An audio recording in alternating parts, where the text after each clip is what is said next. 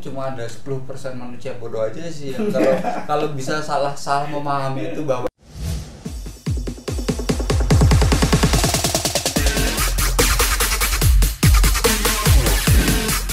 halo teman-teman, kembali lagi dengan kita, saya Roy dan saya Kelvin di Cinema Case. Sekarang ini kita kembali lagi di edisi nonton di rumah. Jadi di episode kali ini kita bakalan bahas film original Netflix dan TVN. Yes, Ya, atau lebih tepatnya bisa dibilang sih kalau Netflix dan TVN itu adalah distributor dari itu. Jadi buat kita semua Udah ya, tahu. udah tahu lah ya. Kalau TVN kita mungkin baca. nggak semuanya, tapi kebanyakan kalau tahu kalau kita udah ngomongin TVN berarti kita bakalan ngomongin drakor. drama Korea. Iya. Ya, drakor yang salah satu ini tuh hype banget ya. Bahkan sampai dia masuk ke Di trending dia trending di Twitter, bahkan bertahan sampai hari ini udah trending berapa sih? Sekarang sih trending 5. Cuman sebelumnya waktu kita ngeliat awal-awal sebelumnya tuh sempat trending 3 ya. sempat trending 3, tapi kita nggak tahu ya pernah trending 1 atau belum. Mungkin yang tahu bisa kasih tahu kalau kalian para pecinta drakor pasti tahu lah. kasih tahu. Coba masukkan ke kolom komentar di bawah. Jadi tidak lain dan bukan, yang kita bahas kali ini adalah It's Okay to Not Be Okay, atau dengan judul lain ya. Dia ternyata setelah kita ngulik nih, ternyata judulnya ada banyak banget. Bahkan ada yang judul Korea, tapi karena kita disclaimer aja, kalau kita tuh memang sebenarnya nggak bisa ngomongin bahasa Ya, Korea atau nama-nama. Mungkin nanti kalau yang kita salah sebut atau kita salah apa, kita mohon maaf. Buat yang mau lebih tahu, mungkin nanti boleh jelaskan. Jadi buat bagi-bagi informasi aja ya, biar kita nggak salah lagi.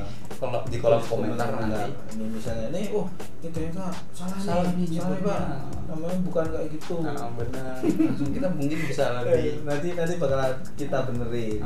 It's Okay to Not Be Okay. Atau ada judul lain, dia adalah Psycho But It's Okay. Terus ada juga Psycho But It's Alright kayaknya itu ya. Kalau nggak salah itu sih. Jadi memang ternyata judulnya tuh banyak banget. Bukan ada judulnya dalam bahasa Korea juga. Yang pakai bahasa Korea tapi kita kurang tahu nyebutnya, jadi mungkin terlalu beresiko kalau kita harus nyebut. Bahkan kalau pas kita Akan baca, memalukan banget ya. pas kita baca dia pakai Hangul. Hangul ya. Hangul atau enggak Hangul? Hangul kali ya, Hangul. Kita nggak bisa bacanya jujur aja ya. Jadi mungkin buat teman-teman yang ngerti bisa kasih tahu.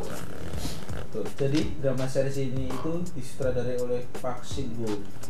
Jadi sebelumnya Park Shin-woo itu pernah menyutradarai juga ya di drama-drama hits seperti di Phantom itu 2012. Ada Phantom tahun 2012, ada Encounter tuh tahun 2018 sampai 2019. Tapi itu cuma beberapa aja sih. Yang kita tahu itu cuma beberapa aja. Tapi memang dia juga udah mensutradarai dari banyak dari drama series sih di situ. Si penulis naskahnya itu Jo Yang. Nah, si Jo Yang ini juga nggak kalah hit sih. Sama sutradara dia juga memang terkenal juga bagus sebagai penulis naskah ya. Salah satunya itu dia pernah juga jadi scriptwriter-nya itu di Jugglers. Oh iya, itu film tahun 2017. Dia kan 2017 masalah. Nah, di situ juga itu film atau film drama series. Dalam drama series ini pemeran utama prianya adalah Kim Song Hyun. Jadi di drama series ini dia berperan sebagai Moon Gang Tae. Ya. Jadi ada pemeran utama yang lainnya itu adalah So Ye Ji sebagai Ko Moon Young kalau berperan di drama series ini. Jadi dia di sini tuh berperan sebagai penulis dongeng anak-anak gitu. Jadi dia sering disebut penulisko gitu. Ya, penulisko. Tapi ada juga yang nyebut Moon Young ada juga. Tapi kalau juga ada. Jadi tapi lebih familiar disebut penulisko di sini karena kayaknya dia sebagai penulis kan jadi dia lebih sering disebut penulisko. Dan memang si aktris ini si So Ye Ji ini memang sebelumnya juga pernah berperan di beberapa drama, ada film juga, bahkan di musik video juga. Dia musik video punyanya si Big Bang. Big Bang itu Let's dia Fall in Love. Let's Fall in Love. Judulnya Let's Fall in Love. Judulnya Let's Fall in Love itu juga ini sebenarnya memang ternyata dia itu selain di film, selain di drama, dia juga di musik video musik gitu. video juga. Jadi memang dia tuh multi talent gitu. Apa bisa. Iya. Jadi aktor laki-laki selain si pemeran utama itu tadi Kim Song Hyun. Selain Kim Song Hyun itu juga ada salah satu pemeran utama juga sih dia sebenarnya. Dia Oh Hyun Se itu dia berperan sebagai Moon Sung Tae. Dia kakaknya berperan sebagai kakaknya Moon Gang Tae. Jadi si Oh Hyun Se ini dia sebagai Moon Sung Tae. Jadi si Oh Hyun Se ini selain berperan di drama ini, dia juga pernah berperan di banyak drama Korea. Salah satunya itu ada Ben Camellia. Ini ada juga si pemeran wanita satu lagi. Park Ji Young ini dia berperan sebagai Namjoon. Dia ini berperan sebagai perawat ya. Jadi perawat 6. Biasanya paling dia dipanggil perawat 6 gitu ya. Sama teman-temannya di rumah sakit itu dipanggil perawat 6. Selain di drama ini, Park Ji Young ini juga pernah berperan di Queen of Mystery 2. Nah, ya. Itu drama series juga.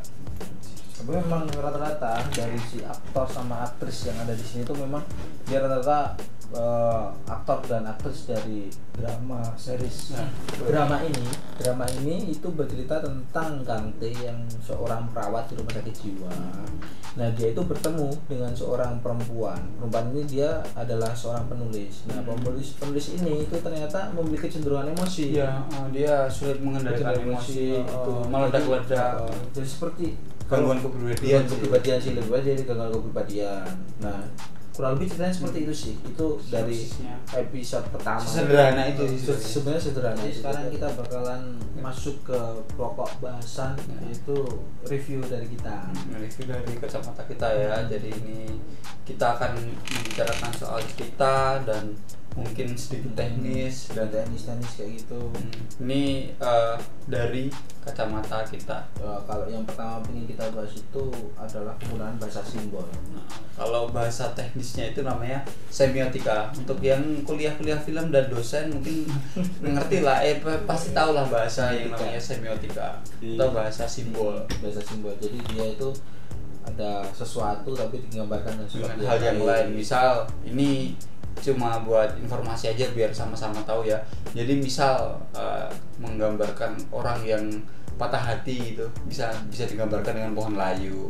Hatinya sedang layu. Atau misalkan itu ada pesawat yang mendarat gitu digambarkan dengan kupu-kupu yang hinggap. Nah, kurang lebih seperti itulah. Lebih seperti itu ya. Simpelnya seperti itu. Salah satu contohnya itu adalah ketika ada salah satu pasien gitu. Dia memeluk si Moon Gang Tae. Dia dipeluk kayak gitu. Jadi kan memang dia itu kan memang gangguan jiwa ya. Jadi memeluk si Moon Gang Tae, lalu dia sengaja untuk memuntahkan makanan yang dia makan. Lalu ketika dia muntah itu ada ikan ditumpahkan, lalu ada susu, ada peternak susu, dia numpahin susu, air terjun gitu. Itu pertama kali lihat aku langsung wah, ternyata cerdas banget ini, sumpah cerdas banget. Dia menggunakan bahasa simbol yang kita udah tahu kalau muntah kan ada. Terus yang cukup lucu nih untuk yang kedua kalinya dia muntah kan. Kalau muntah itu kan biasanya baunya agak sedap ya. Jadi dikeluarkan dengan gambar-gambar bunga mawar ya. Itu sumpah lucu banget sih pertama kali. Wah, sumpah cerdas banget sih, sumpah keren banget. Jadi memang dia kebalikan juga kan, tergantung kita memahaminya aja sih di situ. Tapi kayaknya orang awam pun pasti paham juga. Iya, yang namanya semiotika kan kalau dari bahasanya memang simbol yang disetujui. Jadi kita udah sama-sama tahu kalau artinya seperti itu. Nah, salah satu yang bikin kita nih heran banget sih sebenarnya, yang bikin kita kagum nih itu adalah make upnya.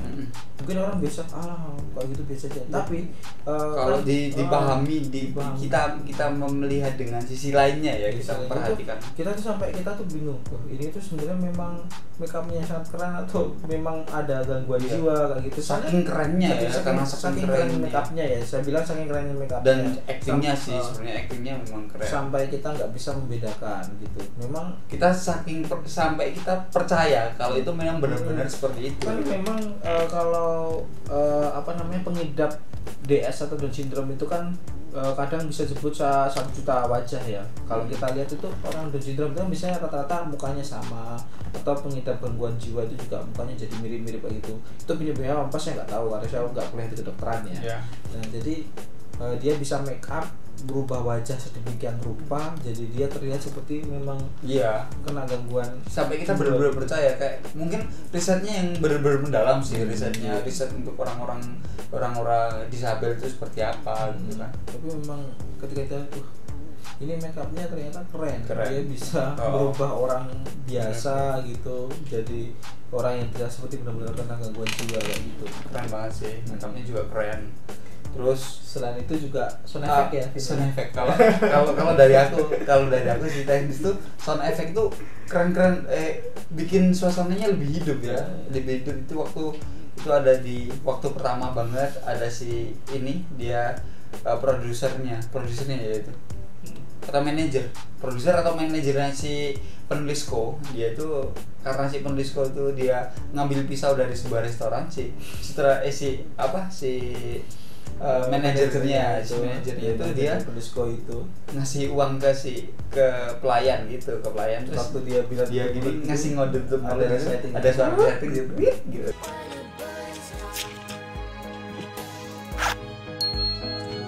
Itu lucu sih. Sama ada juga episode ada bagian si temennya si Gante itu dia muap tuh. Diganti suara kucing. 얘는 또 아침부터 어딜 간 거야? Kita ngeliatin sepotong-sepotong aja ya, biar kita nggak kena copyright. Jadi kita lihat sedikit aja.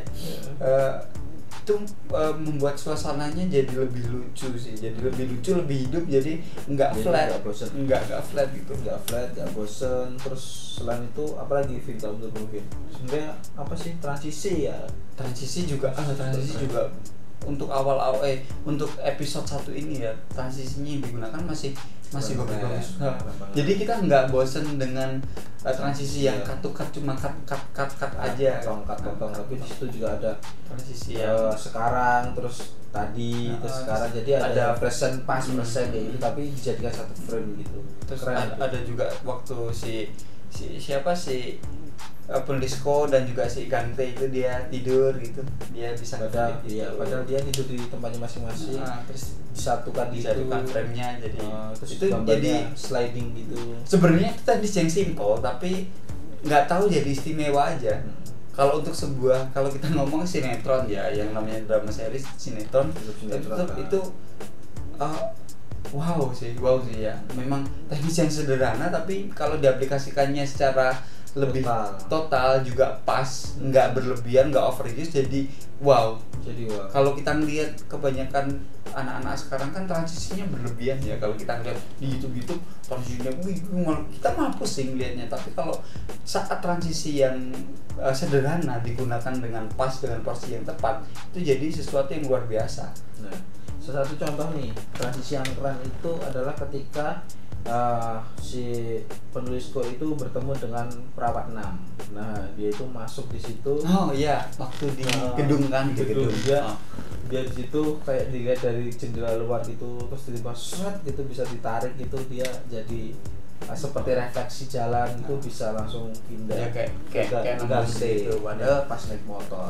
Itu juga teknisnya sebenarnya sederhana tapi karena idenya bener banget. Waktu kita mau memikirkan sebuah transisi itu biasanya idenya yang susah tuh sebenarnya idenya, tapi mau gimana aja ya bisa terpikirkan menggunakan refleksinya si perawat 6 dan juga si penulis kode tadi dengan refleksi jendela, terus seakan-akan dia pindah tempat dan langsung ke memang di situ memang sudah disetting seolah memang refleksinya pas dengan jalan si Gangte itu lewat. Sebenarnya itu sederhana. Boncengan sama tapi ternyata asik banget. Pasti karena memang dia porsinya pas banget gitu. Asik sih di situ. Terus selain transisi sih selain transisi tadi juga ada part ini ada satu part yang lucu sih. Lucu, unik dan juga keren. Jadi mungkin buat orang-orang awam nggak bakalan terpikirkan itu sih. Dan tapi sebenarnya saya bertanya sih, ketika orang yang nggak memahami itu mungkin dia bisa berpikir ternyata dia dapat video call atau gimana. Tapi ternyata enggak. Itu ternyata kalau kita memahami gitu itu pesan teks. Jadi si sutradara itu berusaha menunjukkan karakter dan cara menunjukkan si manajernya penulisku itu kan dia orangnya konyol tuh.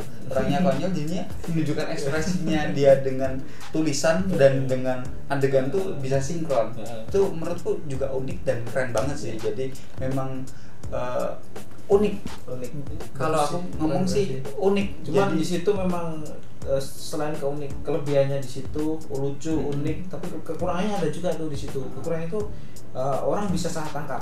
Dia ini ternyata dikirim video permohonan maaf atau apa. Di situ kekurangannya di situ. Tapi kalau untuk kelebihannya dia memang unik, jadi lucu.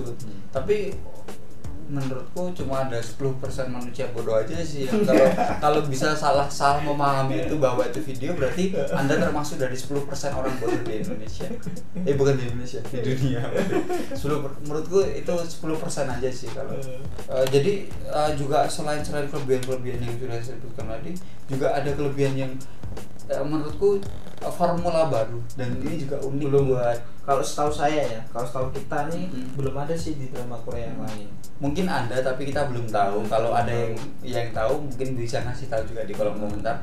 Itu menggunakan animasi dan kartun. Jadi seakan-akan sedang berdongeng dan dia menggunakan animasi dongeng anak-anak. Itu menurutku itu waktu pertama catching banget ini.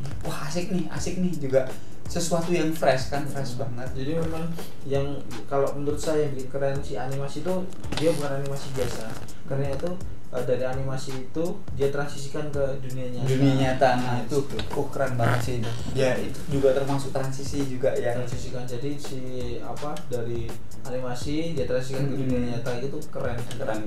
Selain kelebihan tadi yang itu juga unik dan ini sebenarnya kalau kita bisa meraba-raba dari awal tuh kayak arah ceritanya itu kan kayak si pertemuan antara dua orang yang sudah saling mengenal masa kecil terus ketemu lagi saat dewasa. Itu sebenarnya sudah digunakan banyak formula ini digunakan banyak drama Korea sebelumnya. Kalau mungkin yang sering kemarin nonton di rumah dan nggak nonton Netflix, di TV ada kemarin itu She's Was Pretty, itu juga menggunakan formula yang sama. Mereka masa kecilnya bertemu terus dewasanya akhirnya mereka bertemu lagi gitu. Nggak sadar itu formulanya sih menurutku formula yang sudah mirip, tapi ini kan karena episode 1 jadi kita masih meraba-raba. Nah ini menurutku jadi kekurangan yang paling menyebalkan buatku ya. Kalau buat aku buatku pribadi itu aku bukan tipikal orang yang suka menerka-nerka di awal-awal. Jadi aku pengennya sedikit diterangkan sedikit. Kalau ini jadi kan ada rasa penasarannya di situ. Saya masih kalau aku bilang masih terlalu jadi kayak masih bridging. Itu masih benar-benar nggak tahu apa sih ini yang kejadian apa sih. Cuman ternyata si kakaknya dari Gangte itu si Sungtae itu ternyata kakaknya Sungtae kakaknya Gangte itu ternyata Sungtae yang kekurangan. Terus dia dikejar kupu-kupu. Itu kenapa dikejar kupu-kupu di situ juga lumayan membuat penasaran sih di situ. Terus ternyata si Gangte itu juga punya kenangan masa lalu kenangan masa lalu dengan seorang wanita yang kejam gitu, yang bukan kejam sih tapi dingin dia tidak berperasaan gitulah, yang dia yakini itu dia sih bertemu dengan si pendisco dan dia katanya mirip mengingatnya itu. Berdasarkan itu sih kita menerka masih meraba-raba karena awal-awal episode 1 kan meraba-raba, kita masih menerka mungkin jangan-jangan ini sih ini mereka dengan formula itu sih, pertemuan masa lalu yang bertemu kembali. Jadi selain dari apa yang sudah kita sebutkan tadi itu ada beberapa kekurangan sih kalau menurut kita. Menurut kita ya. Menurut kita itu kekurangannya itu adalah cerita yang masih terlalu abu-abu. Jadi terlalu abu-abu tuh kita harus meraba-raba banget. Nah di sini tuh sebenarnya bisa jadi kelebihan, bisa jadi kekurangan. Nah kalau menurut kita nih, karena kita tuh waktu pertama lihat itu masih banget sih, masih pengenalan benar-benar masih pengenalan. Dan sayangnya itu pengenalan karakternya itu bukan satu di dalamnya itu enggak, tapi semuanya bersamaan, tapi sangat sedikit. Nah benar, jadi memang kalau kita bilang jadi bingung, tiap karakternya jadi bingung karena di sana menunjukkan 4 karakter utama kan ya. Pertama si Gangte, terus si Samte, terus dia si perawat 6, terus penulis itu 4 karakter yang sama si temannya si Gangte. Tapi memang sih kalau sekarang sih perawat 6 itu enggak belum keluar dikit, tapi itu juga maksudnya jangankan perawat 6, semuanya itu nggak kuat loh karakternya. Nggak kuat. Jadi, waktu awal-awal jadi memang pengenalan karakternya mungkin itu nggak terlalu kuat buat kita ya, buat kita. Karena saking nggak kuatnya itu kita jadi bingung sebenarnya dia tuh siapa, arahnya mau kemana. Itu kita masih bingung masih. Jadi kalau nggak ada kesana gitu. Jadi kalau orang bilang tuh kan apa namanya, kita nggak tahu nih ini dia bakal kemana. Jadi kita mau ngikutin juga jadi ada malas-malasnya. Karena ceritanya kok ini apa masih apa ya, kita bilang masih abu-abu bener-bener abu-abu sih. Jadi kita bener-bener nggak bisa menerka mau ke arah mana. Jadi nggak ada penasarannya, lebih tepatnya itu. Kita nggak ada penasarannya. Karena di situ nggak ada karakter yang kuat. Karakternya benar-benar nggak ada yang kuat. Jadi dia tiba-tiba juga kupu-kupu udah di situ aja. Kita cuma jadi mungkin di sini ya, mungkin si sutradara penulis naskah kepingin membuat mimpi si Samte, kakaknya si Gangte tadi itu membuat kita memicu rasa penasaran kita. Tapi menurutku itu scene yang kurang kuat untuk membuat kita lebih penasaran dan ingin melanjutkan episode berikutnya. Jadi mungkin episode sekarang tuh jadi kurang kuat sih karakter. Jadi kurang. Kalau menurut kita sih dia ya karakternya masih terlalu sangat. Tapi di lain dan kekurangan itu tadi itu memang ada beberapa hal yang tetap bikin kita penasaran. Itu salah satunya adalah dari kematian si itu tadi bapaknya yang anak kecil itu siapa sih namanya ya, pokoknya itu ada anak kecil yang ingin dibunuh sama bapaknya. Itu kematian itu atau jangan-jangan dibunuh oleh penulisku karena dia sebelum meninggal rumah sakit dia mendadak ada urusan lalu ada berita bahwa dia itu ternyata si bapaknya itu mati, bahkan dengan pisau yang sama. Jadi bawa dari restoran. Jadi kita masih menerka-nerka mungkin si penulisku ini membunuh si bapak dari anak ini tadi mungkin. Nah sekarang tiba waktunya kita itu harus menilai ya. Memberikan skor untuk episode 1 dari It's Okay Not to Be Okay. To Not Be Okay. Ya, itulah. Itu kalau dari kita sih, konklusi kita sih kekurangannya itu dia masih terlalu abu-abu, masih apa ya, kurang bikin penasaran. Tapi kalau dari kelebihannya memang dia itu memang berbeda sih. Berbeda. Dari kita seperti banyak sih, kayak misalnya kayak si dia pakai animasi, terus banyak menggunakan bahasa simbol. Bahasa simbol itu.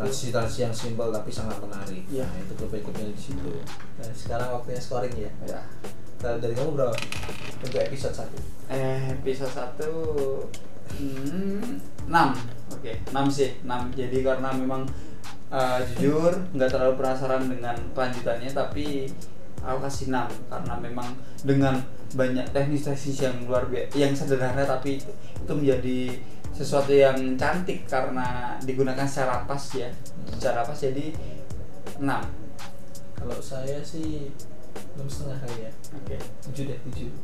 Karena sebenarnya saya suka dengan sesuatu yang simpel-simpel itu kadang-kadang nggak terpikirkan oleh kita. Nah, benar banget. Tapi Jadi kita biasanya kebiasaan mikir yang pikir lebay, terlalu besar, terlalu berlebihan. Ternyata yang simpel itu juga bagus. malah justru jadi cantik. Selain dari kekurangan tadi juga ada kelebihan. Memang kekurangannya cuman kalau dari saya sih memang cuma Episode 1 ini jadi cuma abu-abu itu terlalu aja sih. abu-abu aja sih. Tapi kalau overall juga oke. Oke. Kita suka sih. Oke. Ya udah. Itu aja sih review kita kali ini tentang It's Okay to Not Be Okay. Episode 1.